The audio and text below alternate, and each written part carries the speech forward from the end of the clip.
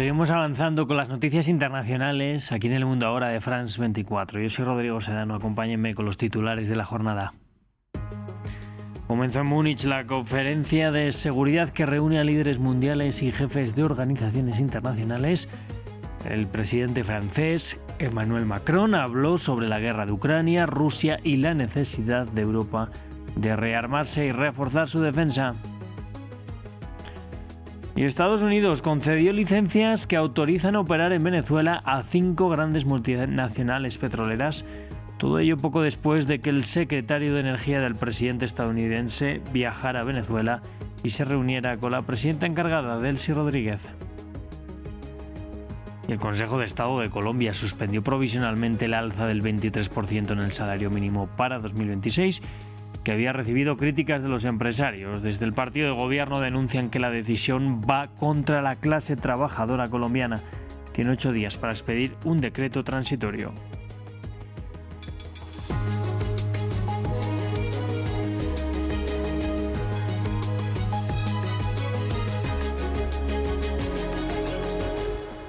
Pues hoy arrancó la conferencia de seguridad de Múnich, que reúne a decenas de líderes mundiales. En el evento habló el presidente francés Emmanuel Macron, quien centró su discurso en la guerra de Ucrania, la necesidad que tiene Europa de establecer un canal claro y transparente que facilite la comunicación y connivencia con Rusia, y también sobre el papel que debe jugar el viejo continente a la hora de rearmarse y configurarse como un actor geopolítico clave en el mundo.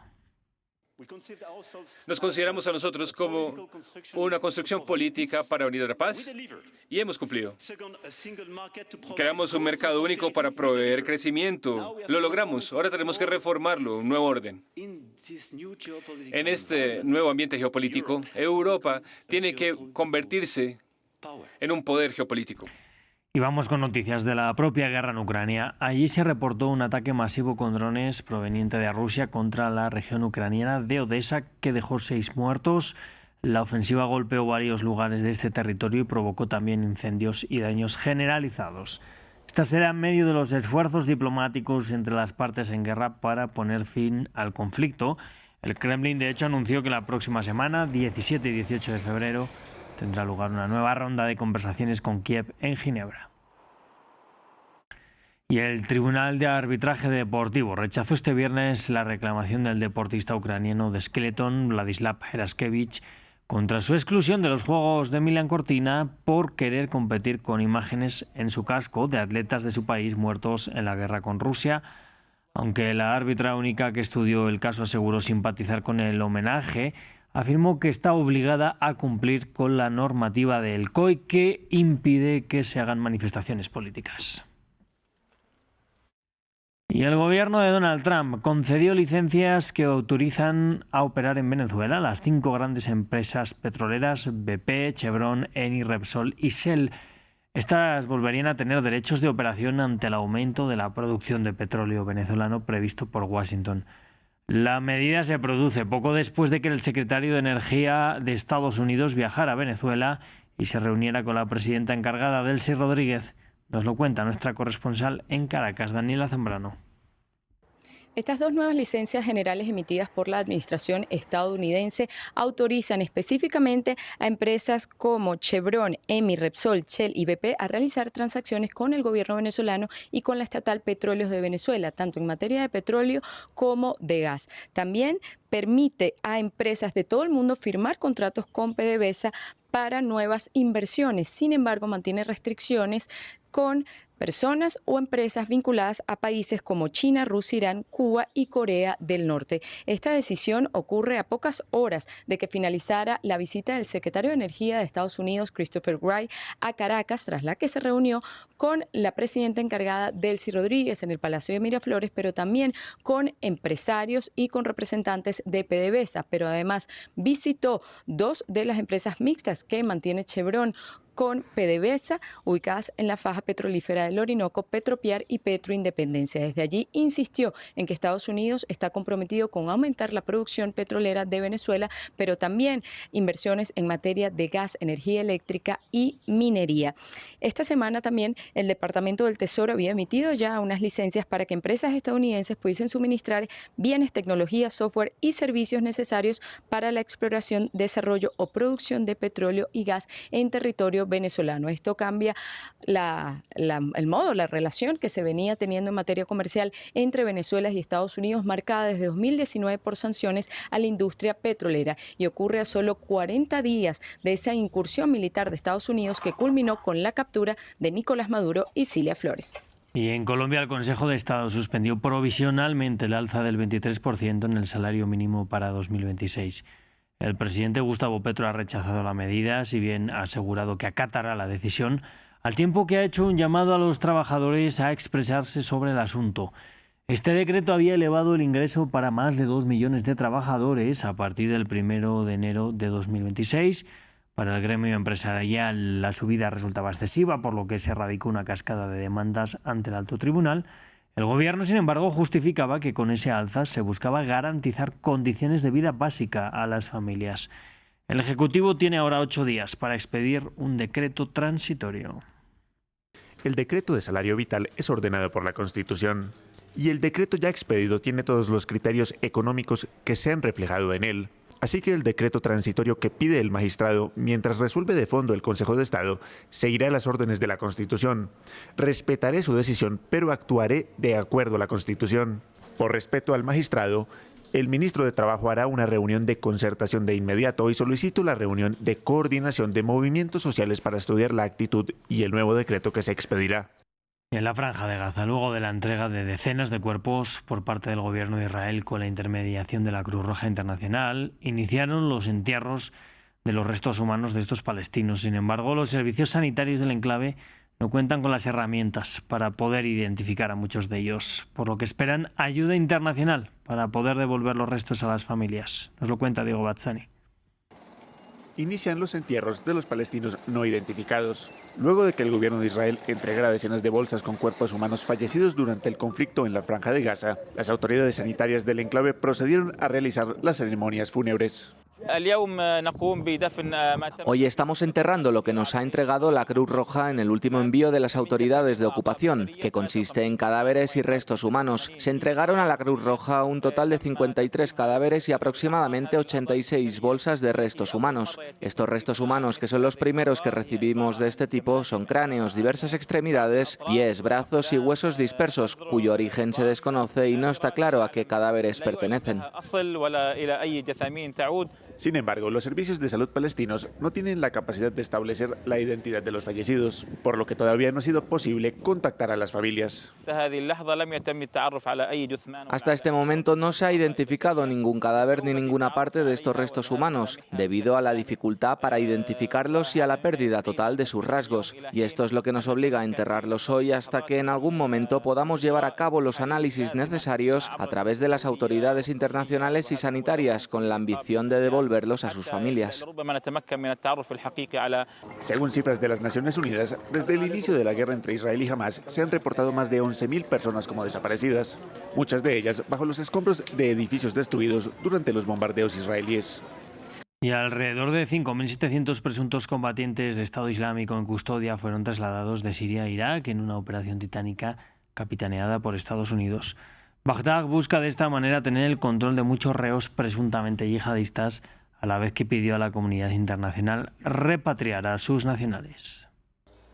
De Siria a Irak y custodiados por las tropas estadounidenses en una amplia operación de relocalización. Miles de presuntos excombatientes de Estado Islámico que se encontraban en cautiverio en cárceles sirias ya se encuentran en Bagdad. La misión de traslado, que duró 23 días, comenzó el 21 de enero y dio como resultado el transporte exitoso por parte de las fuerzas estadounidenses de más de 5.700 combatientes adultos varones del ISIS y de los centros de detención en Siria a la custodia iraquí. Una custodia a petición, según las mismas autoridades iraquíes, del gobierno de Bagdad. Cualquier chispa que provoque un incendio sería un problema, y las primeras esquirlas saltaron cuando las tropas gubernamentales sirias expulsaron a las fuerzas democráticas kurdas del norte del país, dejando en sus manos a miles de prisioneros presuntamente yihadistas. En cuanto a las actividades del Estado Islámico en Siria, estamos muy preocupados porque están al otro lado de la frontera y se han vuelto muy activos recientemente. Miles de presuntos excombatientes, en su mayoría iraquíes y sirios, pero que también abarcan decenas de nacionalidades. Por ello, el ministro pide a la comunidad internacional que se haga cargo de sus propios reos. Ya hemos empezado a hablar con varios países para que próximamente también acepten el regreso de sus ciudadanos, ya que en definitiva son de otros países, no de Irak. Volvió el debate sobre la vuelta de excombatientes a sus países de origen. La mayoría de naciones da la espalda a la repatriación de la mayoría de presuntos combatientes de Estado Islámico para que cumplan condena en territorio nacional, individuos cuyos presuntos crímenes no han pasado por el escrutinio de un juez. En Bangladesh, el Partido Nacionalista consiguió una decisiva victoria de 2/3 en las primeras elecciones legislativas celebradas en el país desde las protestas de la generación Z que provocaron la caída del régimen de mano dura de Sheikh Hasina en 2024. Ahora se espera que el líder del partido, Tariq Rahman, presente juramento como primer ministro. De exiliado a líder del partido ganador de las elecciones en menos de 2 meses. Tariq Rahman cuenta con una amplia mayoría parlamentaria tras la caída de Sheikh Hasina durante el estallido social en Bangladesh. Pero Rahman afirma que no le interesa la venganza. Ha llegado el momento de que todos construyamos juntos el país. Este país pertenece a la gente de las colinas y las llanuras, a los musulmanes, los hindúes, los budistas y los cristianos.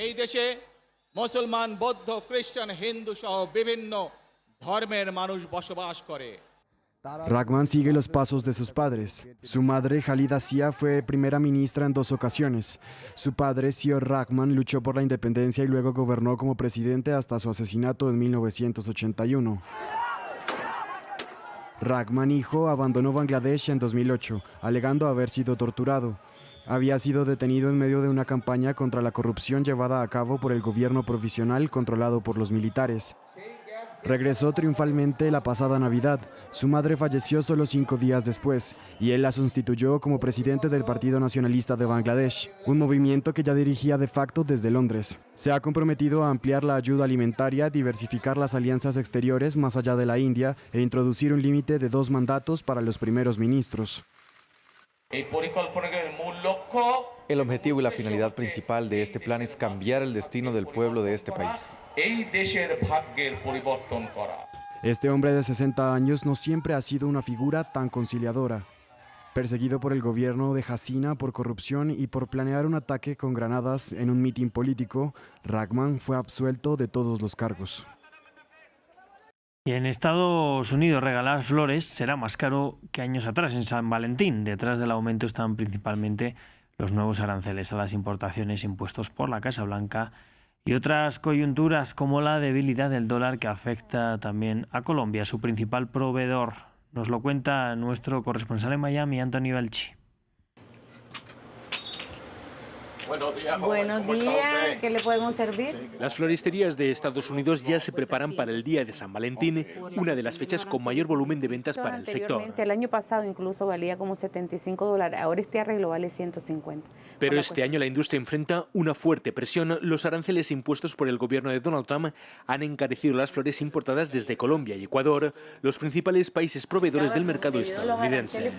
Tuvimos que subir el precio hasta 3 veces más de todo lo que costaba antes menos, ahora cuesta más. El aeropuerto internacional de Miami es el principal punto de entrada de flores a Estados Unidos. Cada día miles de cargamentos llegan aquí para luego ser distribuidos a todos los rincones del país. Un negocio que también se ha convertido en un motor económico para el sur de la Florida. El aeropuerto internacional de Miami es la puerta de entrada principal de los Estados Unidos para las flores. 91% de todas las flores que entran en los Estados Unidos entran por nuestro aeropuerto. Con los costos disparados, la industria se ha visto obligada a optimizar aún más cada paso del proceso para absorber el impacto y seguir siendo rentable. Cualquier costo adicional en una cadena tan coordinada, tan eficiente, seguro genera impacto. somos especialistas, ya pasamos por distintas crisis, distintos momentos, pero el principal es estar bien coordinado, saber que eso es fundamental, pero buscar siempre eficiencia, porque es una industria muy competitiva. Ya llegaron las cajas. Importadores, floristas y empresas de transporte advierten que el impacto de los aranceles ya se está trasladando directamente al consumidor final, con incrementos de precios que rondan de media el 15%. Básicamente afecta los costos de adquisición de la flor en los diferentes orígenes y eso se transfiere a través de toda la cadena de importadores, mayoristas y detallistas. El arreglo, espero, está bien bello, precioso. Este San Valentín comprar flores también significa pagar más, un aumento que empieza lejos de aquí y que ahora se refleja en el mostrador de las floristerías. Bella persona como la flor. Así nos despedimos, sigan conectados a France 24.